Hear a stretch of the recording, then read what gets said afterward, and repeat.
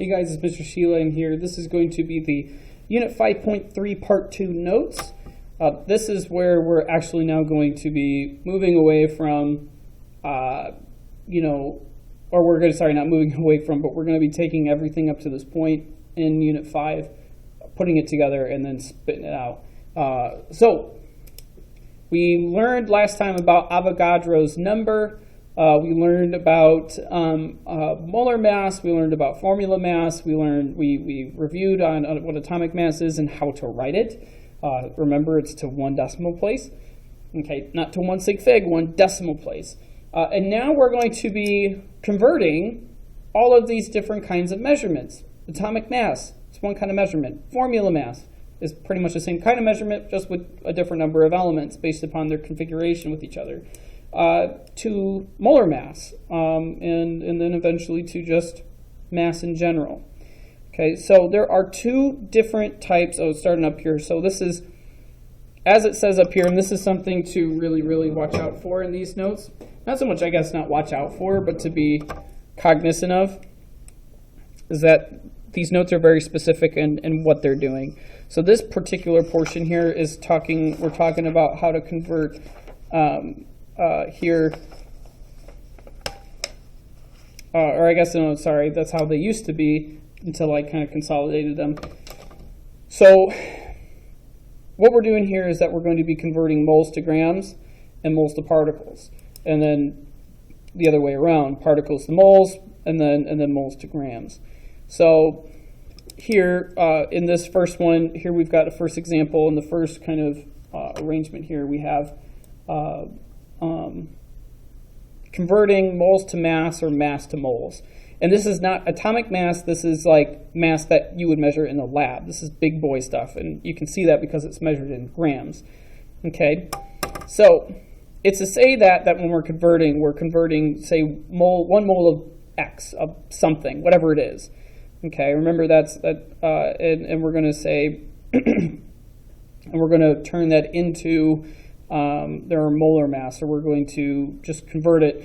It's not like we're changing it. We're just saying that, well, in 1 mole of X, we know that that there's going to be this amount of grams of this stuff here.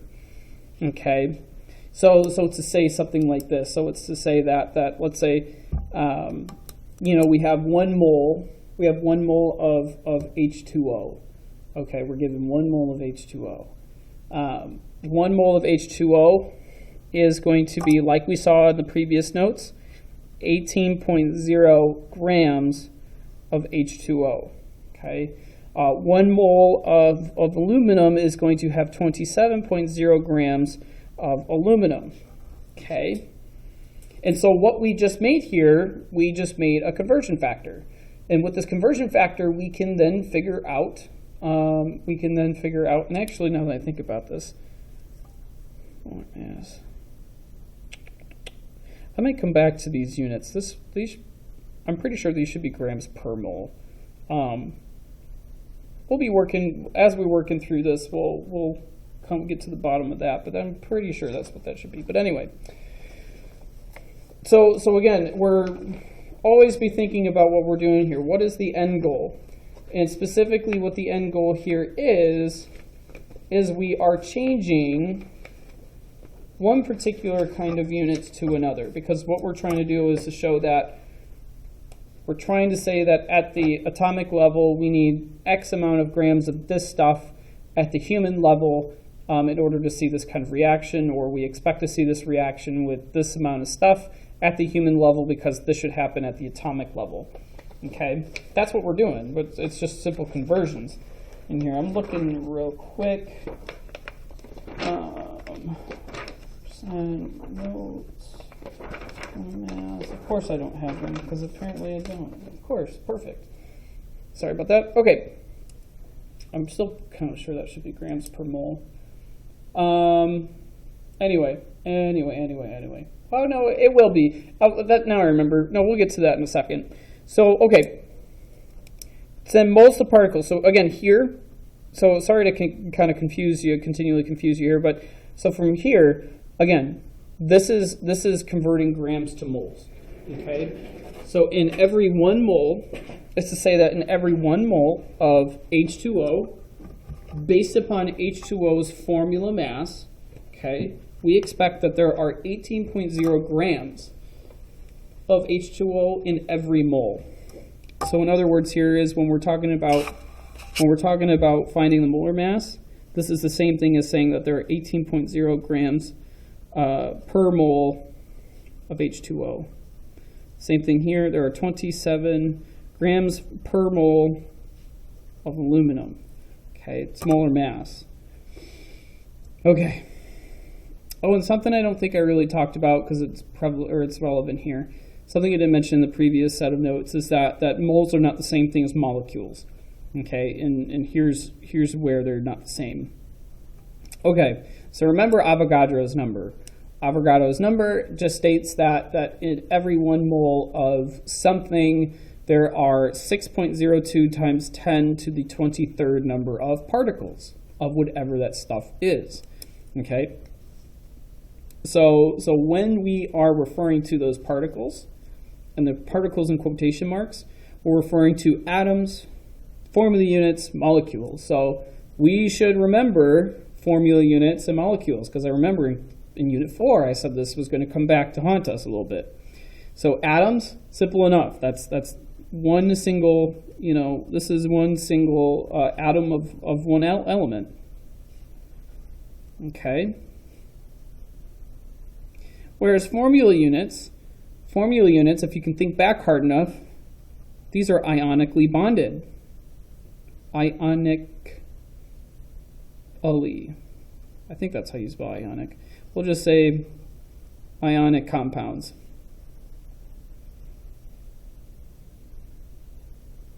Okay, and then molecules are covalent compounds. So, what we're describing here when we talk about, converting moles to particles, what we're talking about here specifically is moles to units, moles to particle units. So here, 1 mole is equal to, if it's like down here, I guess we'll just go through it. So 1 mole of aluminum. So 1 mole of aluminum, that means that there are 6.02 times 10 to the 23rd, not particles, but atoms of aluminum. Okay. Now, you may be asking, Mr. Sheeline, why is it atoms and not formula units or molecules? I'm still not understanding that. It's because aluminum's by itself. Aluminum is not a compound. Aluminum is not in a separate formula. It is just the chemical symbol of aluminum, so that means it's all by itself. It's just talking about and referring to the atom. So we say that in 1 mole of aluminum, there are 6.02 times 10 to the 23rd atoms. Okay. Now H2O is different. H2O is a compound. Now, we have to remember which kind of compound. So we know that, we remember from when we were working with stuff in Unit 4 that anything with H in front of it is an acid. And if it's an acid, that must mean then it's more or less, or if it's an acid, and we don't know what to do with that, I guess, just to keep things straight. However, because it's water is always covalently bonded. So here we'll say that H2O being covalently bonded, well, we have 6.02 times 10 to the 23rd, not atoms and not formula units, but molecules of H2O. Okay. And then finally, you probably figured out that, sodium chloride here being the last one, it's going to be formula units. Again, it's not formula units because it's all by itself now. It's formula units because sodium chloride is an ionically bonded compound. Okay, so in 1 mole of NaCl, there are 6.02 times 10 to the 23rd formula units. Okay, of sodium chloride. Now, here in the parentheses, you don't, in the answer keys that I'll have for worksheets, I'll be abbreviating molecules and formula units, just so I don't have to, so that I don't and you don't have to continually write them out all the time. So you can write them out, formula units, you can write out as just FU. Molecules can be written out to MOLEC. It cannot be MOLE because that is, well, I guess I would let that slide, but it 100% can't just be MOL because a mole is different, okay? It has to be, here we're talking about moles in reference to just the conversion or the excuse me, oh goodness. Mole is referring to the SI unit of measurement, whereas particles is referring to another. It's specifically detailing the kind of element that we are working with, okay? Specifically with molecules, it's covalently bonded material. Okay, so moving on. So one-step conversions. So these easy one-step conversions. This is where we're taking these. Again, I can't stress this enough. What we just did here, we made a conversion factor. What we did up here, we made a conversion factor. What we basically set up in 5.3 part 1 is talking about these things that make up our conversion factors. Because we're going to be converting moles to grams, grams to moles, grams to moles to particles, particles to moles, moles to grams, okay? We're going to be converting because we need to know the number of things within a given quantity, in a given amount.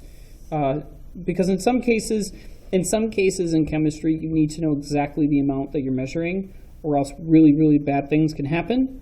Or if you're doing an experiment, they need to be exactly the same every single time that you're conducting the experiment. Because if they're off, and if they're different every single time, you know, that does nothing for you, that does nothing for anyone else who wants to replicate your test, because they'll be all different. So they have to be precise, they have to be the same, they have to be accurate.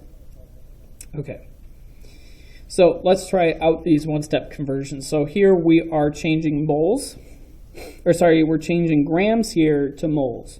Okay, so this is the given unit that we're presented with. So because that's our given unit, like we've been practicing with dimensional analysis, we are immediately writing this down.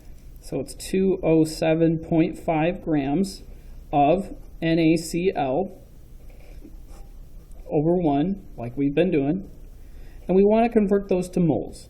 So what we're doing here is that we are now going to say, okay, we are converting right now mass to moles. Okay, we want to know how many moles are in 207.5 grams of sodium chloride. So what we have to use here is the conversion factor of our molar mass. So, but just like what we've been doing with dimensional analysis, old units go on the bottom, and then new units go on top. So it's to say here, and in this case, we're pretty much, unless we're going from moles to something else, we're going to say that in 1 mole there are, blank number of grams of NaCl. Now, how many of NaCl? Well, that's where we go over here. Well, we say, well, sodium. Sodium has, let's see. Sodium has 23.0. That's 23.0, whereas in chlorine, I'm getting these from the periodic table, 35.5 grams. So then it's just 23 plus 35. So 23 plus 35.5. So NaCl has a molar mass. Has a molar mass of, 58.5 grams here. So down here, we're going to write 58.5. Okay, it's 58.5 because remember, this is our conversion factor. It's what we talked about up here, what I just talked about a little bit ago. We're saying that we have this. We measured this out in the lab, and we need to know, well, how many moles of that, how many moles do we have out of this measurement? And here we are just converting those grams into moles. And in order to do that, we have to say, well, we know that in every 1 mole of NaCl, there are 58.5 grams based upon the formula mass of that compound. So, just like dimensional analysis, our units cancel out. 207.5 times 1 times 58. So then it looks like this: 207.5 multiplied or divided by 58.5, and then we plot that into our calculator. 207.5 divided by 58.5, and then what we're left with is 3 points. And here we need to keep sig figs, and in this case, it is going to be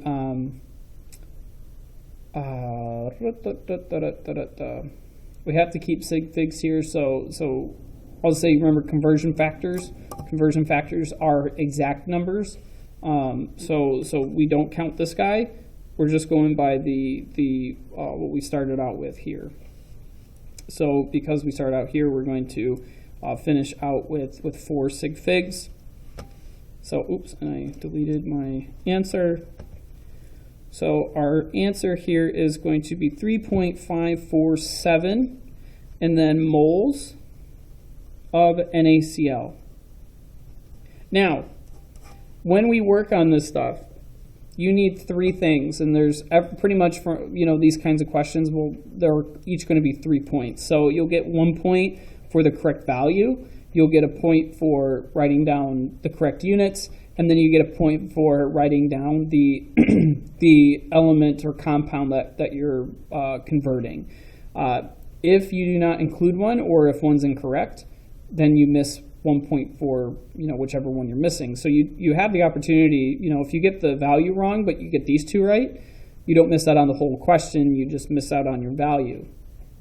But it's something to keep note of and to be careful of as we continue here. Okay. So anyway, let's keep on trucking.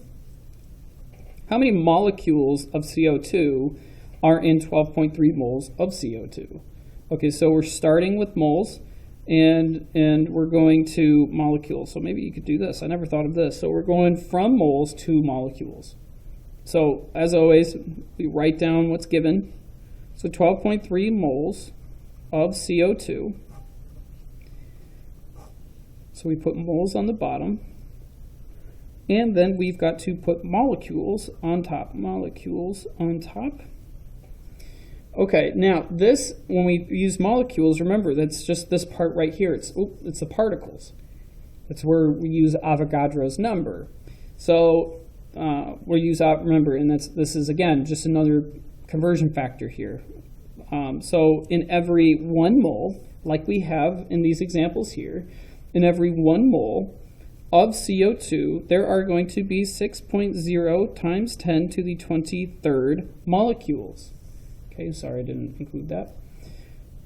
So again, in every 1 mole of CO2, because it doesn't matter what the substance is, there are 6.02 times 10 to the 23rd molecules. So those cancel out, and we're left with molecules. Perfect. Now, the only thing is, again, like we've been practicing, this depends on how you want to tackle it. I'm just going to pop it into the calculator real quick. So let's see if it can be in a place where you can see it. So let's see, I'm going to make it 12.3 times 6.02 times 10 to the 23rd. And it's going to give us an answer here of 7.40 times 10 to the 24th power. And then we have to add molecules at the end here, and then also CO2. Okay, and we have our answer. Now, it's to reiterate from the last question, We're not going by the sig figs of this guy, because this right here, our conversion factor here that we just made in table 2, it is it's an exact number. So we don't use those for sig figs. We use our measurements, and this is what we measured. Okay, so 3 sig figs here, so that means our answer needs to have 3 sig figs. Okay, and that's it for single.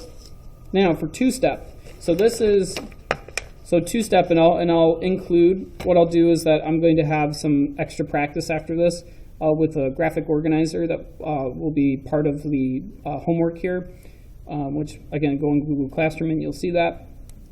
Two-step is going to be going from like this. So think of it in this way, and this is kind of cheating a little bit here, but think of it, or cheating in the sense that this is still this will be part of the assignment.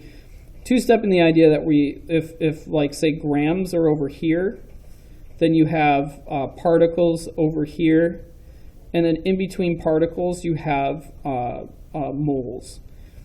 So it's like going from grams to moles and then moles to particles. It's kind of like what we did with the metric system. Like that's what we mean by these two-step conversions. It's like going from, you know, prefix to basic unit to the next prefix. That's pretty much what we're doing here. And it can go the other way around, where particles to moles and then moles to grams. Okay, so let's give it a shot. So how many formula units are in 205 grams of NaCl? And I should have given myself a bit more room here, but whatever. So we're going from this to these. Okay. So 207.5 grams of NaCl. And we already did this one on the front. There are 58.5 right here, 58.5 grams for every 1 mole. For every 1 mole in NaCl. And in 1 mole of NaCl, there are 6.02 times 10 to the 23rd, in this case, formula units. So moles cancel out, grams cancel out, and so what we're left with is 207.5 times 6.02 times 10 to the 23rd, over 58.5. That's what we're left with. Multiply the top to get that, multiply it across the bottom to get that. We've got this. Plop that into our calculator. Let's see, 207.5 times 6.02 times 10 to the 23rd divided by 58.5, and we get this. So how many formula units do we have in 207.5 grams of sodium chloride? Well, we have 2.135 times 10 to the 24th formula units of NaCl. And then that would be our answer. Okay? Easy peasy. So again, just to reiterate it for the 15th time, why is it that we're doing this? We're doing this because we are taking what we can measure in a lab and we are transforming it into what makes sense at the atomic level. Okay? That's what we're doing here, so that we can understand atomically what is happening, and if we have enough substance to allow eventually what we'll use this for is to see if a reaction will occur the way we want it to, or when a reaction does occur, we then measure out how much stuff of particular substance we have over another. Okay. Okay, so B, what is the mass of 7.40 times 10 to the 24th molecules of CO2? So we're going from particles to mass. Okay, so that means we're starting here with 7.40 times 10 to the 24th molecules CO2 over 1. And we're going to go, and we've got to convert those to, oops, not grams, but moles. Sorry. So here molar mass, or sorry, not the molar mass, but this is going to be here's Avogadro's number. Because we got to get it out of molecules. So we have to go to particles to moles, and then moles to grams. So here we're starting here and we're going to here. So it's going to be 6.02 times 10 to the 23rd molecules in every 1 mole. So we would then cross those out. So now we're in a mole. And now we got to go to from moles to grams. So here, moles on the bottom. And so if the question, if at this point you've been asking in your head, why is it that we do 1 mole? It's because the mole is that like middleman that is just always, in 1 mole the 1 mole is always going to be, where it's 6.02 times 10 to the 23rd particles. It's always going to be this many AMUs of this particular substance.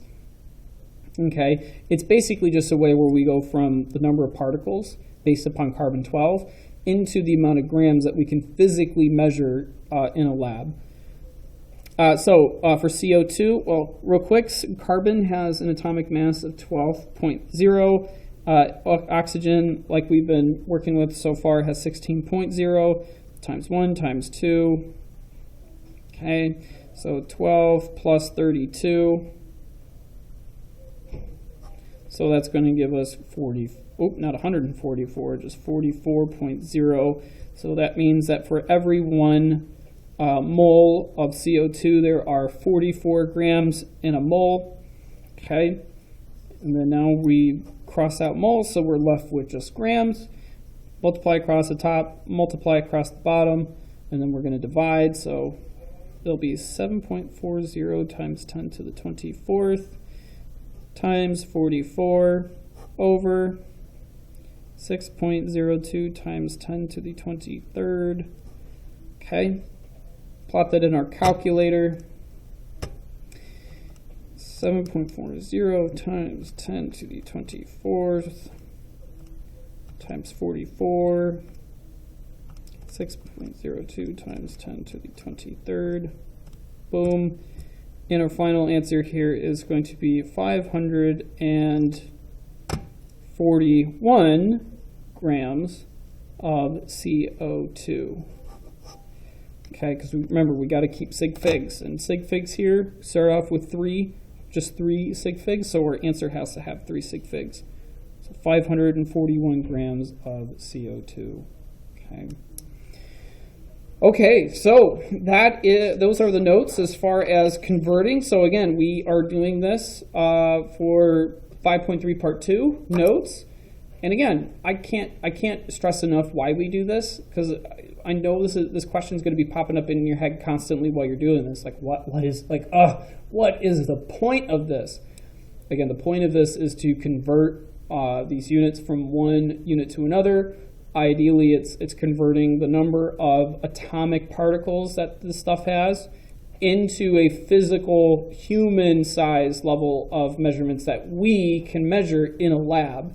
Okay, that's why we do it. That's what this is meant for.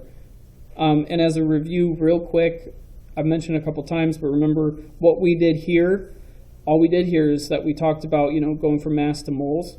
We made conversion factors. We learned how to make conversion factors, going from mass to moles or moles to mass. Here, this was just the other part of it. We went from moles to particles and particles to moles. And we made, all we did was we made conversion factors here. Okay, and then we took those conversion factors, first we plotted down the given value, then we plotted down the correct conversion factor, and then we found our answers.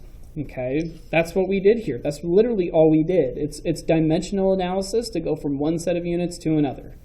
Okay, so if you still have any questions for me, guys, make sure you ask me during my office hours. During if you're watching this and we're now in back to hybrid, email me, get a hold of me on Google Classroom, on Remind. Whatever, come after, if talk to me if you need to come in after school, whatever it has to be. Get a hold of me so that we can get this done, because I will tell you right now, if you don't understand this, okay, if you do not understand this, this is bad news, okay?